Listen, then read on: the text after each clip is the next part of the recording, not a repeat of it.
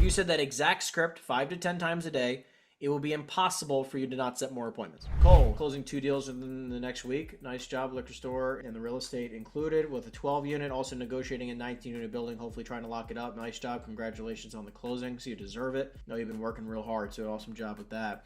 Dan says accepted offer on an overpriced listing in New Jersey. Nice job. And then met with an over $10 million liquor store trying to sell in the real estate. Built a good relationship with the seller. Kudos to you, my friend. John says close on a residential deal and executing a commercial lease. Love that. So John says, have a seller who wants me to list his property for $11 million. Love it. Aiden says, 14-unit multifamily in Newark, currently drafting a contract with attorneys, listing agreements signed with a warehouse in Passaic. Awesome. Love this. Congratulations, guys. You guys deserve it. You guys are all working super hard. Kudos to you guys. Great work. Great work. Raise your hand real quick if you guys have ever struggled to submitting an initial offer, like a starter offer. You just maybe you feel weird about it. You don't know what to submit. Anytime you maybe had a little bit of challenges there, it's okay to raise your hand, right? I've been there. Okay, cool. I appreciate you being transparent. Thank you for that. So let me give you some food for thought here. All that a starter offer is, people, is submitting an offer slightly below where you already know another investor is going to make an offer at. So let me give you an example. Rodney, that same deal, okay? Rodney came across a 30,000 square foot warehouse, okay? This can apply to every single property you can possibly imagine.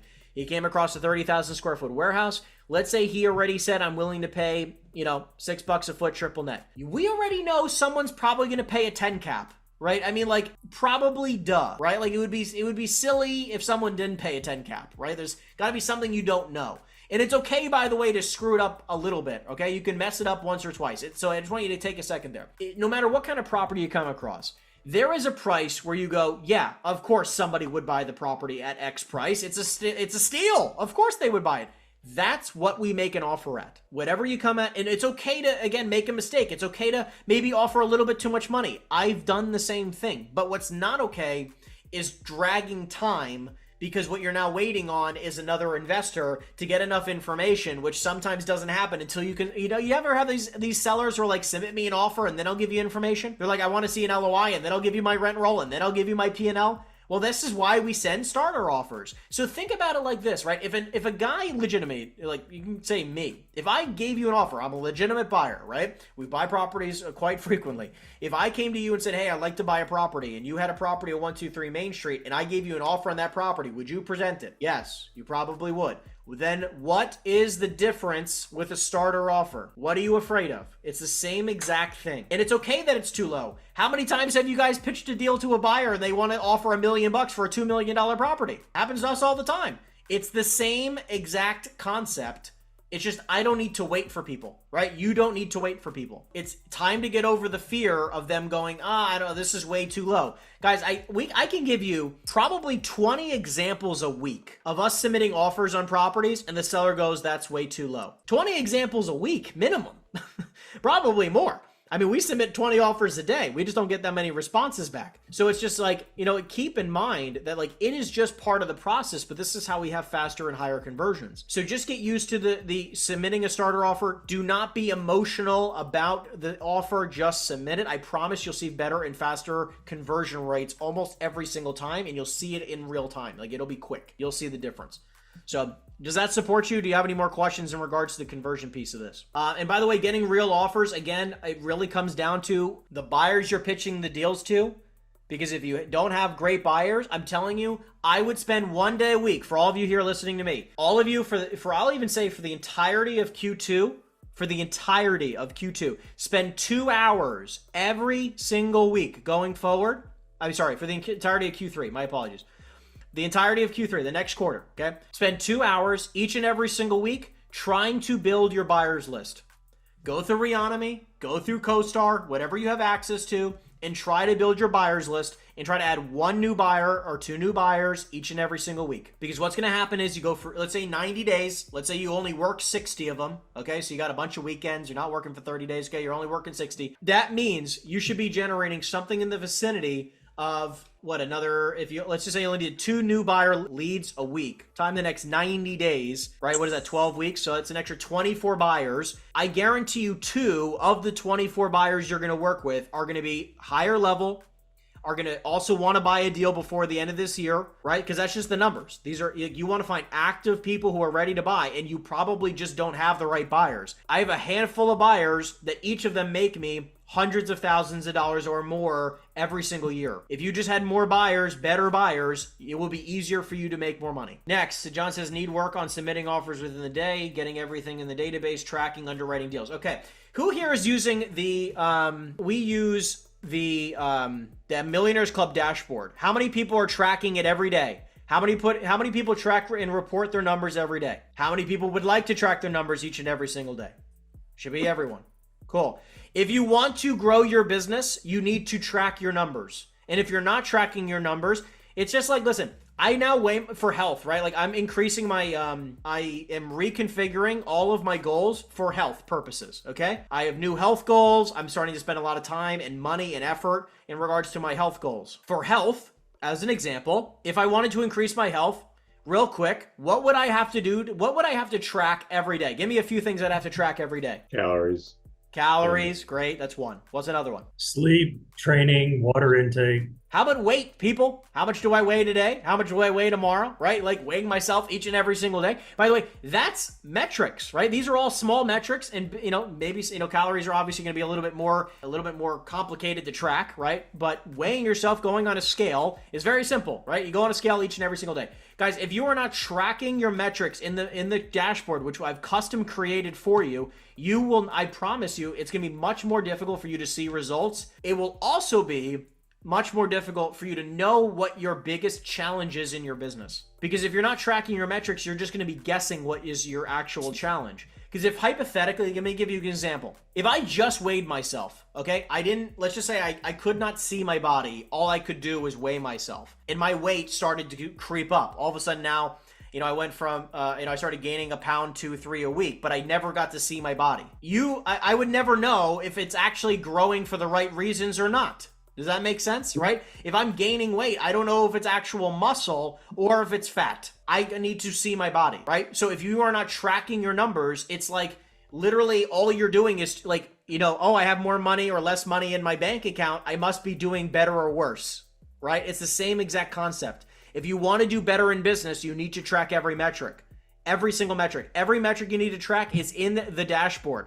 Complete it every day, and I promise you'll see faster results. So track that. So John, if you can commit tracking your metrics each and every single day in the dashboard, I know for a fact you will. Look, take 5 minutes every morning and 5 minutes every night before you sign off. It's like when you open your store and close your store. Like, imagine if you had a storefront, you have to unlock the door and you have to lock the door when you leave. Do that for tracking your metrics. That's the closing and opening of your business. You open up your dashboard when you open up your business, and you close. You fill out your dashboard and close it out when you close out your business for the day. Just that simple. You will see a lot better results because you'll know in real time where you're at. And obviously, you said underwriting deals. I have one question though, because the process, and Rodney and I were talking about this today, the goal is to get the starter offer, and that's where I'm stuck. Yep. Once we get the starter offer out, and hopefully we can get financials and rent roll or whatever, depending on the property. If we can't, but they're still, maybe they come down a little bit on price, at that point we have to speculate in the underwriting. I guess that's probably, I'm overthinking and worrying about that part, but I was wondering, and we can talk about it after you get through everybody's and we get to the other deal, but what's the best protocol? Because I don't want to, that's where I'm getting stuck. So I'll just... So, and again, like just to clarify, you're getting stuck because they're not willing to give you more information. Right. So if I get basically, if I'm asking for, give me at least a rough number, they'll give me a rough number in terms of net or gross or whatever. And I'm trying to back into certain numbers. And then the point is to get the starter offer. So you're doing really quick and dirty numbers, get them the starter offer. If still they don't provide rent roll and financials after the starter offer, then you have to, and if they're not willing at all, then you probably don't have to waste your time. Like if there's no way to get to that number, or they don't come down at all. But if they do come down a little bit, but they're still dragging their feet with providing the financials, you're trying to move the sale forward, whether that's pitching the deal out to the next guy and you've already kind of got a gauge of where the number's at. Yep. I mean, do you still try to underwrite the deal before your buyers start underwriting it?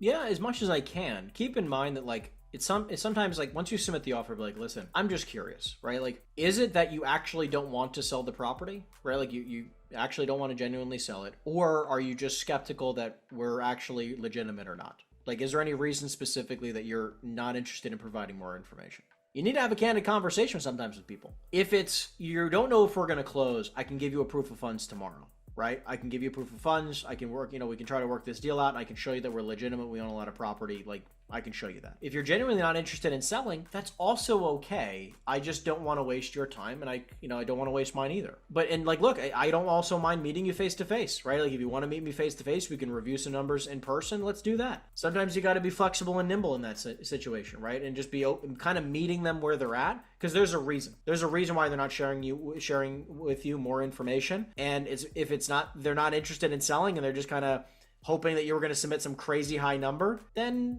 don't waste your time.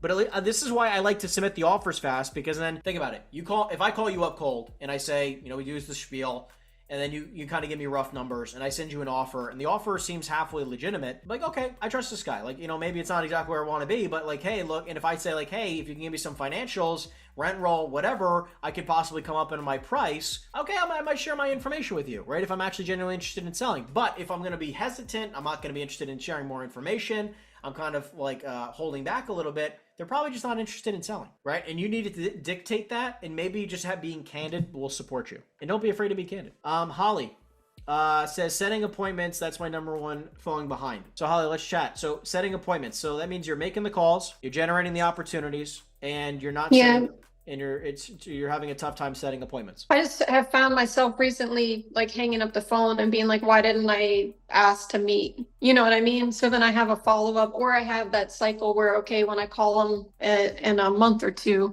that's my target, right? But it's just that feeling like I get off and I'm like, I'm literally either right down the street or I'm going to be near his property. Why didn't I ask? So I think I'm having decent conversations, but in order for me to kind of get to that next stage where I'm either doing like a analysis, a VOV, proposal, whatever, it's much easier, I think, once you meet one-on-one, to kind of pitch that and build a bit of trust versus just over the phone, right? And I'm calling local markets, so there's kind of no reason for me not to. So from my point of view, I think I've been doing an okay job, on my calls. I'm just kind of falling short on that closing piece. Okay, so let's talk about it. So closing obviously has multiple terms to it. Closing can be, setting an appointment, but closing could also be actually getting a contract out of some sort, right? So let's talk about both for a minute. Do you have a specific line that you like to use for setting an appointment? I mean, obviously I'm going to share you my best one in just a minute, but what are you saying typically to set an appointment? Usually it sounds like a good reason for us to meet. You're local. Can I get a coffee, something like that. Sometimes I'm also using a line that, I've got some updated market information or some comps that we can go through. But yeah, so I typically like to say, just very simply, would an afternoon or evening be better for you? You don't need to say like the reason for my appointment is this, and this. They might ask you afterwards, but just go right in the conversation. Well, it's like, look, it sounds like our next step should be meeting in person. Would an afternoon or evening be better for you? All we need to do now is simply set up a time for us to meet in person. We can work on the next step. What works better for you, an afternoon or evening? That's it. And then after you say afternoon or evening, shut up and let them respond. And this way, what happens is 9 times out of 10, they're just going to tell you one or the other one, right? They're just going to say afternoon or evening. Keep in mind that if you're not setting more appointments, the only reason why is because you're not you're not stating that close, right? Like it's just the amount of closes, right? That specific close, okay? All we have to do now is simply set an appointment. What works better for you, an afternoon or evening? Track every day. You should be saying that 5 to 10 times a day. If you said that exact script 5 to 10 times a day, it will be impossible for you to not set more appointments. I probably imagine within 2 weeks, you'll probably be like, Henry, I set like 30 appointments, and honestly, I don't have enough time anymore to prospect. Is that something you could commit to doing? Like maybe 5 times? Why don't you do for the next 7 days, just try 5 times a day? Yeah, no, that's easy. Okay. Obviously, it doesn't matter if they say yes or no, or what they say, but just the point is track the amount of time. Just track it on a Post-it, right? But put the day of the week, Wednesday, today, and literally just, you can write the word appointment, right? Appointment. And then next to it, you're just going to put a tally, right? I just have the word appointment and then put a tally. How many times did I ask for the appointment? And you're just going to track that. Try to do 5 times a day. And then after you do 5, then try to get to 7, then try to get to 9, 10, whatever, right? And you'll see the more times you ask, the more times you will receive. But typically the reason why people don't set more appointments is because they're not asking for it. And if they are asking for it, it sounds a little bit strange. So I just like to say, like, that is the best script I've ever used. It works very, very well. And then remember, to get to the next phase of closing is not only obviously meeting someone face to face, but now you're going to do the next closing statement, which is trying to sign an exclusive right to sell, right, an exclusive listing, or trying to get them to, agree on selling a property, right? If you want to get anyone to sign an exclusive listing, is like all you have to do is simply sign the agreement. I take a pen on agreement, like I have my agreement on the table, I have my pen, I put my pen on the agreement, and I slide it across the table. It's like all you need to do now is simply sign the agreement, right? And then you slide it across the table, and that's it. That's literally what I've done that to list hundreds of properties. Now I don't like listing properties anymore because I'm not in that business. I don't really care about listing overpriced properties anymore. But 9 times out of 10, if I have a great deal, I'm going to sell it. But if you need support, I'm telling you, it works like a charm. It's like, okay, great. The only thing we need to do now is just simply sign the agreement and sign it across the table. And then you literally just smile at them. You could just like put your hands like this, smile at them, and that's it. That's it. I'm telling you, it works like a charm. And if they start asking questions like, well, what's the agreement for? Then you slide the agreement back and you say like, hey, well, listen, you had mentioned to me that you're looking to get this property sold for top dollar. In order to get your property sold for top dollar, all I need you to do is simply sign the agreement. And you slide it right back over and you do the same thing again, right? I'm telling you, it's really that simplistic, right? Sales is a very simple language. The problem is just a lot of people get too emotional in their head and they're like, I don't know, but you just kind of need to guide them. That's the whole purpose of you meeting them face to face. So try those 2 techniques out. Let me know how that goes. We can make adjustments as you need, okay? Any questions, Holly? No, thank you. You got it. No problem.